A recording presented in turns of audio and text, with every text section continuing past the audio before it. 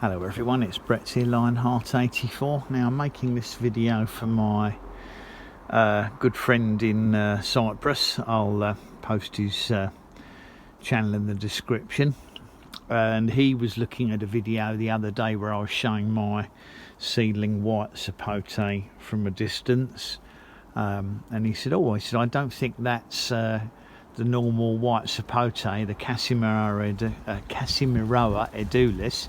He said, I think you've got a Casimiroa Tetrameria there. He said, because the leaves have got the sort of slightly ruffled edges and it's a paler looking plant. So I thought I'd have a little closer look for everyone on video and for him and just see what the situation is on this. Now, the first thing I thought was it's very unlikely to be a Tetrameria because I believe the plant was seed grown by a Dutch grower, obviously someone in the Netherlands, and they're not likely to be able to get the seeds easily for Tetrameria. Now, Tetrameria is known as the woolly Sapote, I believe, if I remember rightly. Now, the reason it's known as the woolly Sapote is because it actually has furry undersides to the leaves. Now, and Tetrameria is believed to be one of the parents of Subel, because Subel has a sort of like a downy underside to the leaves, like a very fine fur. So if we actually have a look at this here and we have a look at the mature leaves, there's clearly no furriness to the bottom of the leaves. That's an older leaf, these are the newer leaves.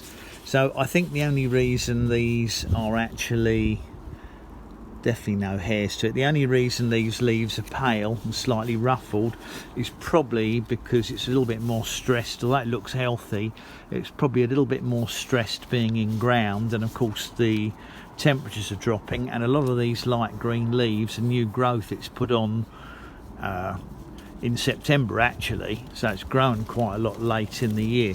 So looking at the leaves, it's definitely not a Tetrameria. It is a standard Casimiroa Edulis or white Sapote, standard one. As I said, this is the one that I'm planting in the ground and planning to try and overwinter. It's many years from flowering, probably, if it was to survive. But if it does survive 2 or 3 years, I could of course try and graft a couple of named varieties onto it, as I do have named varieties. It would be interesting to see if it grows more strongly being in ground. I'm just actually about getting ready to set up the framework around this, which will be part of another video, a longer video, which I'll be putting out. But yeah, definitely no woolly leaves, so it's definitely just a standard Casimiroa Edulis.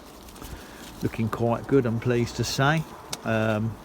As I said, the paleness is probably because it's growing late in the season, and it's in ground, so we've had a lot of heavy rain, and that's fairly new growth anyway, so that's probably why it looks like it does.